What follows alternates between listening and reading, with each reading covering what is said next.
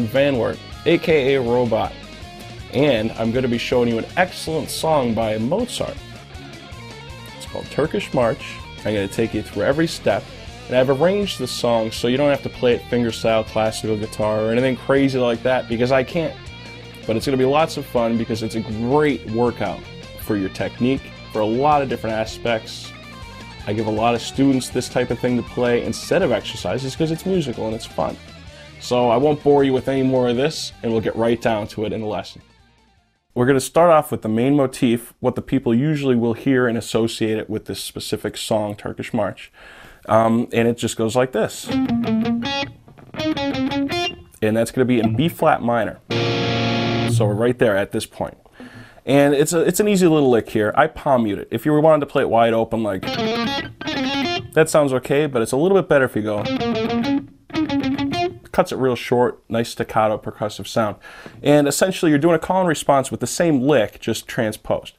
So you're going to start it off up on the 5th fret with your pinky on the G string going, oops, and then you play the index on the B like that. So. Alright, and then the second time you're going to take it down a half step, but you're going to move it up to the B and E strings. So that's it. That's your first little part of the lick. Alright, second section for this little lick here, the first whole part, the motif, you're going to go right to this. And it's a chromatic little part there. It starts up on the B string on the 7th fret. And that's it. When you hear the song, a lot of people have trouble with this where they'll hear it where it goes, that's what they're hearing in their head, but it's actually not what's going on. It goes only once. Then, that's what repeats, okay? So the first section on the B string, that's it for that. And then you go up to the next part on the E string where you're going 8, 6, 5, 6, 8, 6, 5, 6, pinky up to the 9th fret on the E. Now you could stretch it like I'm doing right there because I'm doing it slow, but normally, so it's like, yeah, I guess I stretch it. You could slide up to it, that's fine. Alright, next section we're going to slide up to a new position. It's going to go like this.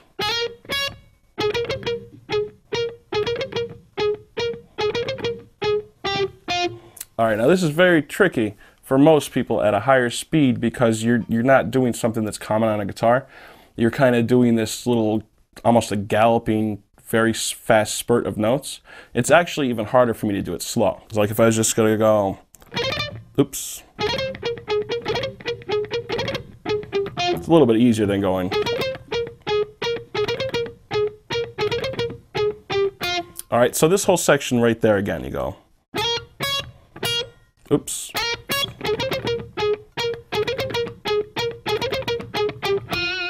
Alright, so the whole thing.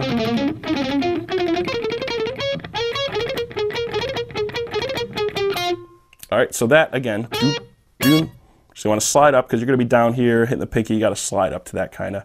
So that's all on the B string. Alright, and now you're going to repeat that. It goes through the whole first section there, the motif twice. So it's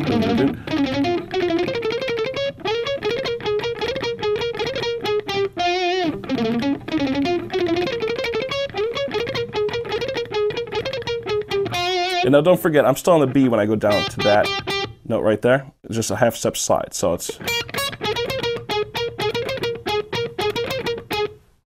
right there. And then there's your end note for that little thing right there. And now we have the next part we're going to get into, where it sounds more like major. We're still in the same set of notes, essentially. I know there's a little harmonic minor in what we were doing there, but it's still essentially, you just think of it as that B flat minor. Now we're going up to more of the sound of the relative major on D flat. So it's going to go. And I threw that note in because I thought it sounded nice instead of just letting the rhythm part do it, to get it on the lead because it keeps your hands going, and plus you get to practice a string skip. All right, so. And that's going to be covered on the G and also the B and the A. So here's this slower, right, like this.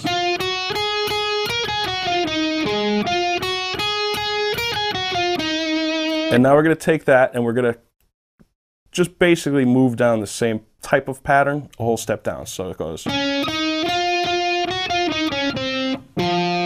So now we're doing a little bit of a different pattern, but it's the same type of sounding part. So it's almost like a call and response like we did earlier, except for it's moving down a whole step. So again.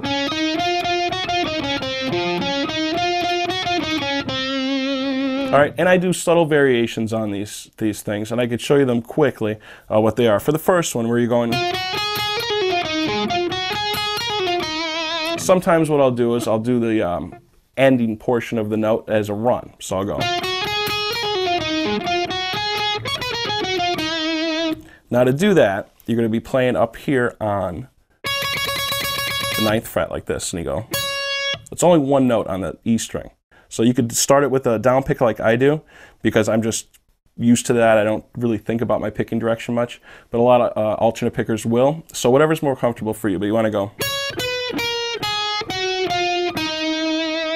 All right. So again, the whole thing.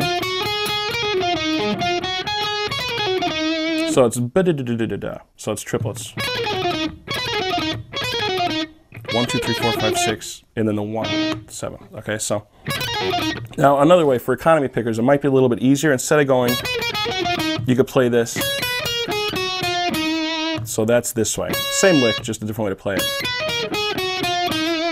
So both ways. Oops. Or whatever's easier for your picking style. It's the exact same part either way. Or you could just stick to the basic section and not worry about that, where it just goes. And then it goes down. Now there's the only change I do there. I start double picking that. So instead of going, I'll go. So. And that end note. Every once in a while I'll do a bend too. So.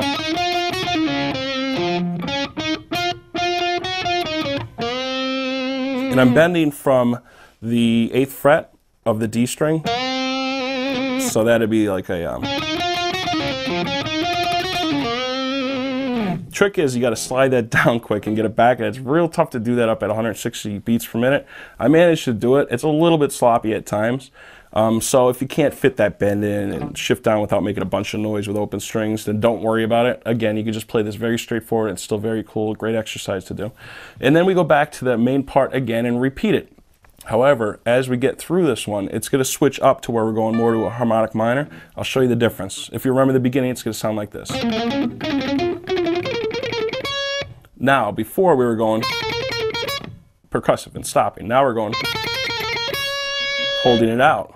And then we go. And then the end lick where it goes. Or I'll show you two different variations besides the chords like that. So for this section here, just remember that first part again where you go through the beginning. That's all the same except you're holding that note out up there on the 9th fret. And then instead of going boop, instead of doing that, we're doing a whole different thing here. So it goes. All right. Slide up with your pinky on the B string.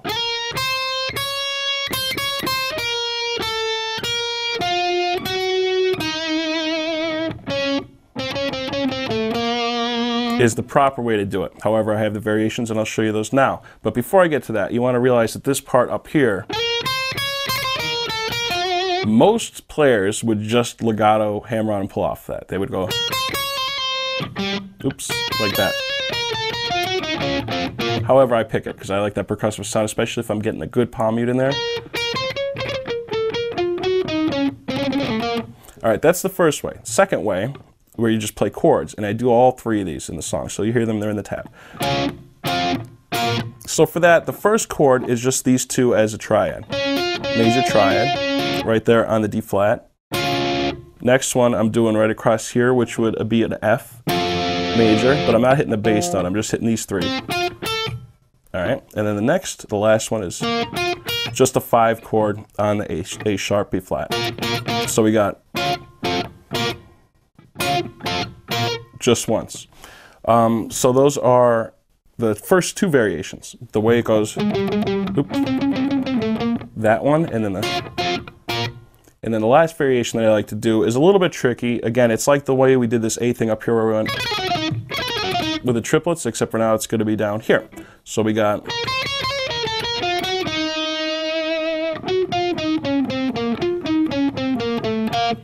All right, so...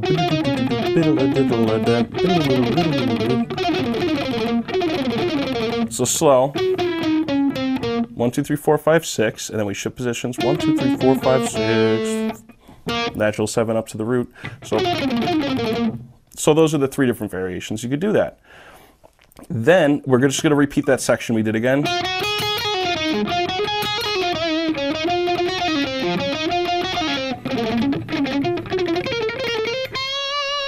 Now, we were obviously just picking that earlier. You could bend into it from the 8th fret into the 9 with the bend. That's fine. You could do it any way you want. I just happen to bend sometimes. When it gets quick, it's a little hard. And then you go again, whichever lick you want to do there.